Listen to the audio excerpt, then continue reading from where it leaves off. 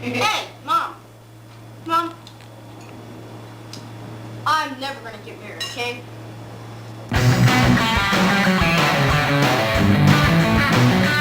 I probably live out in the city. No, I probably live out here. But I'll have a job. If I have a job, I get my money. So if I get my money, I can build a log cabin, another log cabin for one person.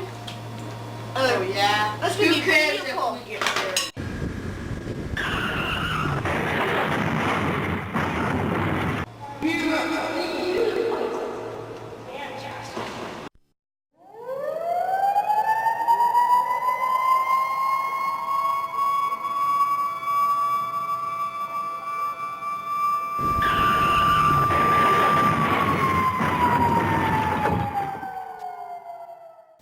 Preston loved life. He loved to enjoy it to its fullest, except he wouldn't go to extreme and get himself hurt. He just enjoyed doing things with his friends. He loved laughing. He loved sports. He was good at sports.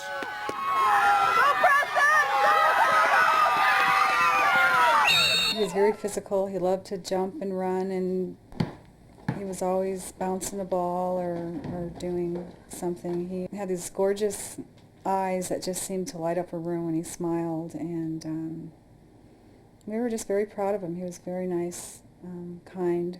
He was at that age where he started liking girls a lot too. And him and his friends were enjoying just being teenagers. Preston was probably the typical big brother to his sister Tamika. They were close when they were little, but as they grew older, they were typical brother and sister, and they were always getting on each other's nerves. And he tried to be the best at everything, which he tried to say how much better he was at typically everything than I was. So we'd be competing a lot, whether it was from dancing to singing to whatever, basketball, sports, which it was guaranteed that he was better at those than me, but very competitive growing up. he loved his little sister Deanna also, and he was very close to her, and he would take her everywhere with him and carry her on his shoulders, and he was always there when she fell and always the first one to pick her up. I loved him very much. He was just there for me, and he played with me when I didn't have anybody to play with, and he would push me on the swings. And Yeah, when school let out, we knew he'd be coming up that driveway, and the house would become pretty lively when he come through the door. He had a big smile. I had a real special place in my heart for my son. Before he died, he was just going through a rebellious stage, I guess. I mean, he never did anything bad, but he just would get on my nerves a lot and do things to annoy me, and our relationship wasn't as close as I would have wished it had been. As we were rebuilding his motorcycle out in the shop, we were spending time together because we had to, and it gave us time to reflect on our relationship from the very beginning till this time, and for me to explain to him that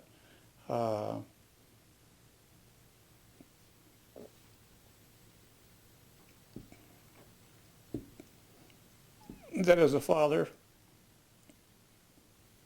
that I enjoyed being with him. I enjoyed building this motorcycle and finding out what's going on in his life.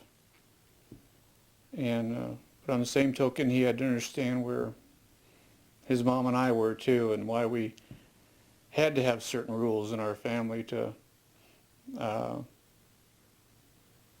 all enjoy each other and live here. I would come home from some of the bad calls we'd have, whether fire or the emergency medical calls where we went on ambulance calls, especially if there was young kids involved, teenagers involved, or alcohol involved. I'd always tell the kids that night when we sit down for dinner, I would explain to them what I had to do that day, and not to gross them out, but to let them know that it's a for real problem, and drinking and driving causes a lot of deaths. And my wife and I talked a lot of times about calls I went on, and she said, how can their families cope with losing their child? And I'd tell her that I wasn't sure, but I knew it was pretty tough telling someone that their child had died.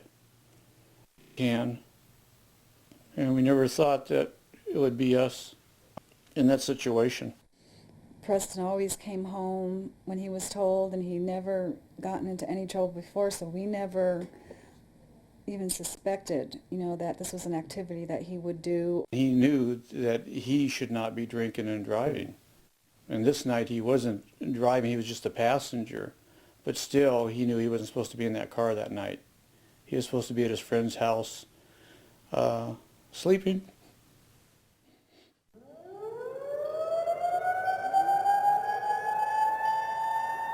My wife and I were in bed, and the siren went off.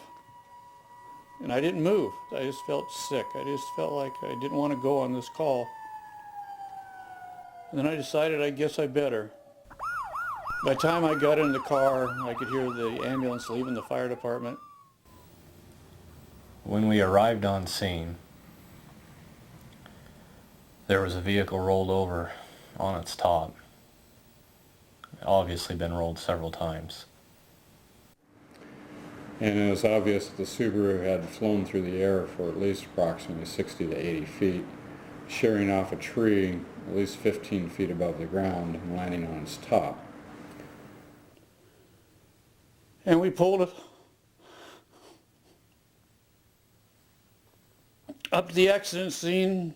The ambulances were there. There was some other vehicles there. And I headed to work on the patients, which I usually do. And as I came toward the ambulance, I started looking around for patients, and the first person I saw was laying off the edge of the pavement in the ditch, and it was my son. I looked up at the ambulance, and I saw one of the EMTs is also a nurse in the back of the ambulance.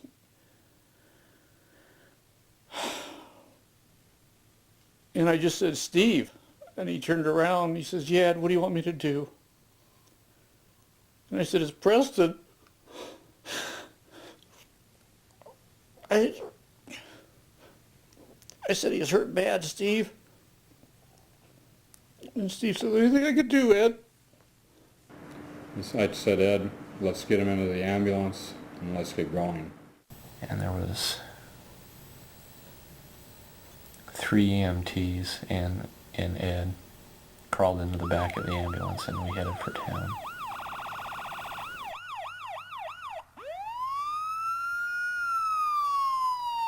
And Preston was semi-conscious, and he was in pain, and he was kind of struggling a little bit. And we were trying to get him to hold still so we could work on him better. And so I got by Preston's head and I said, Preston, this is Dad. I said, I love you. We need to pray. Preston, we're going to do everything we can for you. And we started working on him. Preston was holding still. Immediately we were trying to suction him, but Preston's teeth were clenched, and so he was vomiting, and vomit was coming through his nostrils. Ed was trying to suction him. I was trying to open his airway. Then all of a sudden, Preston quit moving.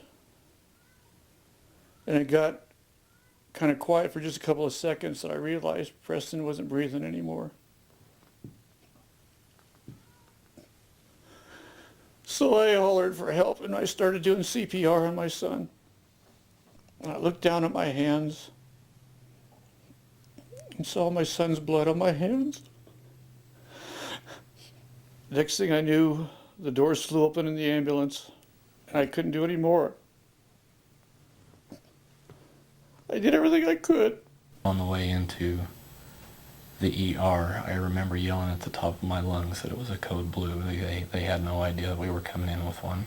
We continued working on Preston to where we defibrillated or we shocked Preston. Where?